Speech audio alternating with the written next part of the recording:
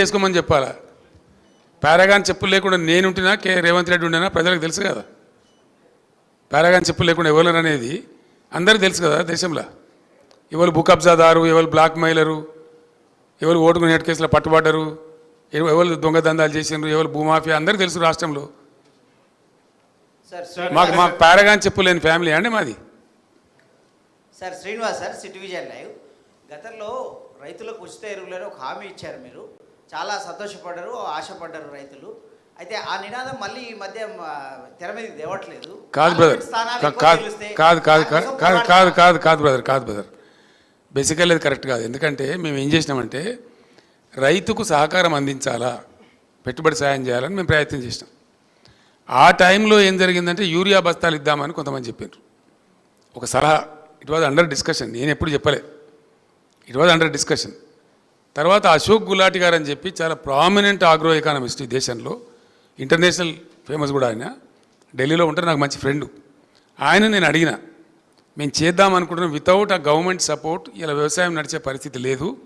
అనేక దేశాలలో government support చేస్తూ ఉంది, మన దేశంలో ఉల్టా ఉంది, మా రాష్ట్రంలో మేము చేయాలనుకుంటున్నాం కొత్త రాష్ట్రం అని చెప్పి ఆయన సలహా అడిగిన. ఆయన ఏం చెప్పినట్టే బ్రదర్, నాకు ఇప్పుడు నువ్వు యూరియా బస్తాలు ఇస్తావు, వానాకాలం వేసుకుని 4 మిగిలి ఉంటాయి ఆయన దగ్గర, నువ్వు మొత్తం ఇస్తావు ఈ పంటకు. ఆయన ఏం చేయాలి, ఈ 4 బస్తాలు అమ్ముకుంటాడు మార్కెట్లో, మళ్ళీ దానికి అపఖ్యాతి వస్తుంది. కాబట్టి అట్లా వద్దు, నువ్వు ఎంత ఇస్తావో, నీ స్టేట్ కిట్టి ఎంతవరకు పర్మిట్ చేస్తావో నాకు తెలియదు, నువ్వు చేయదలుచుకున్న సాయం క్యాష్ రూపంలో చేయి. ఏం చేయదలుచుకున్నావు, 1000 ఇస్తావా, 2000 ఇస్తావా, 3000 ఇస్తావా, నీ ఇష్టం. కానీ ఆ డబ్బుకు అతను ఓనర్ కావాలి. ఎందుకంటే ఒక ఆయనకు విత్తనాలు పట్టి ఉండొచ్చు, ఒక ఆయనకు ట్రాక్టర్తో దున్నించుకునే ఎక్కడికి పట్టి ఉండొచ్చు, ఒక ఆయనకు పురుగుల మందులు కొనుక్కునే ఎక్కడ ఉండొచ్చు, రకరకాల అవసరాలు ఉంటాయి రైతులకు, వేరియేషన్ ఉంటుంది. కాబట్టి నువ్వు ఇచ్చే కాడికి క్యాష్ ఈ బస్తాలు ఇచ్చి మళ్ళీ వాళ్ళు అమ్మేసుకొని, అవసరం లేని వాళ్ళు అమ్మేసుకొని ఇవన్నీ ఇబ్బంది జరుగుతుందండి అని చెప్తే ఎరువు బస్తాలు దానాడే ఫుల్ స్టాప్ చేసినాం. తర్వాత రైతు బంధు పేరు మీద ఈ స్కీమ్ ప్రారంభించినాం.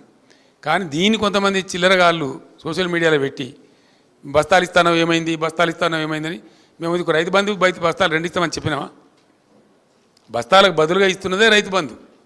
దాంతో ఎవరికి అవసరం, ఒక ఆయన విత్తనాలు కొనుక్కుంటాడు, ఒక ఆయన పురుగుల మందు కొనుక్కుంటాడు, ఒక ఆయన ఎరువులు కొనుక్కుంటాడు, ఒక ఆయన ట్రాక్టర్ దున్నకానికి పెట్టుకుంటాడు, ఒక ఆయన నాటేయించుకోవడానికి పెట్టుకుంటాడు, రకరకాల అవసరాలు ఉంటాయండి.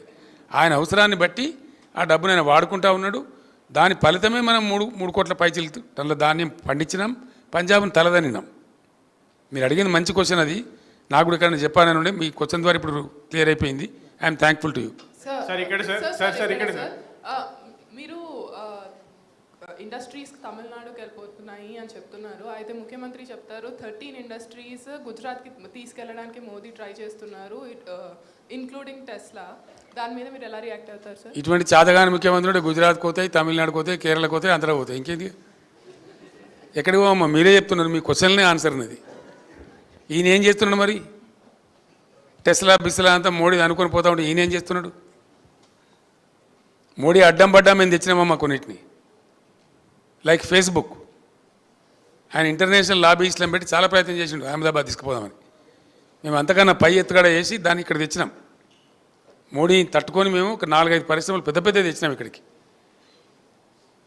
సార్ ఇక్కడ సార్ మీరు మొన్న మెదక్లో మాట్లాడుతూ టైం కాగల సుమా, మళ్ళీ ఈసీ నిషేధం, మళ్ళీ అదో కథగా చెప్పండి. సార్ ఇక్కడ సార్ మీరు మొన్న మెదక్ మాట్లాడుతూ అసెంబ్లీలో చెల్లని రూపాయి పార్లమెంట్లో ఎట్లా చెల్లుతుంది అన్నారు. సో మన పార్టీ నుంచి కూడా కొప్పులీశ్వర్, ఆర్ఎస్ ప్రవీణ్ కుమార్, బాజిరెడ్డి ఇట్లాంటి వాళ్ళందరూ అసెంబ్లీ ఎన్నికల్లో ఓడిపోయారు, వాళ్ళు ఇప్పుడు ఎట్లా చెల్లుతారు? కరెక్ట్ క్వశ్చన్, మంచిగా అడిగిన మీరు. అది నేను మెదక్కు సంబంధించి అడిగిన. మీరు అడిగిన కానీ ఆర్ఎస్ ప్రవీణ్ మా పార్టీ నుంచి ఓడిపోలేదు, కొప్పులీశ్వర్ మాత్రం మా పార్టీ నుంచి ఓడిపోయిండు. చెల్లి అంది ప్రజలు చెప్తారు, నేను చెప్పాల్సింది నేను ప్రజలకు చెప్పిన. సార్ రైతు బంధు విషయంలో కేటీఆర్ గారు ఈ మధ్యలో చెప్పారు, ఎక్కువ ఎకరాలు ఉన్న వాళ్ళకి ఇవ్వాలా లేదా అనేది కొంచెం సమీక్ష జరుగుతోంది అన్నటువంటి విషయం మీద కేటీఆర్ గారు ఆ మధ్యలో చెప్పారు. ఇప్పుడు వాళ్ళు కూడా 5 ఎకరాల లోపే ఇవ్వాలన్నటువంటి ఒక సూత్రప్రాయ నిర్ణయానికి వచ్చినట్టుగా తెలుస్తోంది. మీ అభిప్రాయం, మళ్ళీ ప్రభుత్వం అధికారంలోకి ఇప్పుడు ఆరో ఎకరం కూడా ఏమని ఏం చేసిండే? 6 ఎకరాల నుండి కోటీశ్వరుడా, 7 ఎకరాల నుండి కోటీశ్వరుడా? ఓ 15-20 ఎకరాలు దాటిన వాళ్ళకు లిమిట్ పెడితే అదొక అర్థం ఉంటుంది. కానీ మరీ 5 ఎకరాలు, మేము బ్రదర్ ఇది ఒకటే చెప్తున్నాను నేను, ఇక్కడ ఎకరాలు లిమిటు సీలింగు అనే దానికంటే నేనుగా I/1 దాని సృష్టికర్త నేనే, రైతు బంధు సృష్టికర్తను తెచ్చి ఇచ్చింది నేనే. ఆ రోజు తెలంగాణ ఏర్పడ్డ సమయంలో తెలంగాణ రైతాంగం చెట్టుకోడు గుట్టకోడు అయిపోయి గందరగోళం అయిపోయి డ్రై అయిపోయి చాలా బాధాకరంగా ఉండేది. ఒక కనీసం 10-15 ఏళ్ల పాటు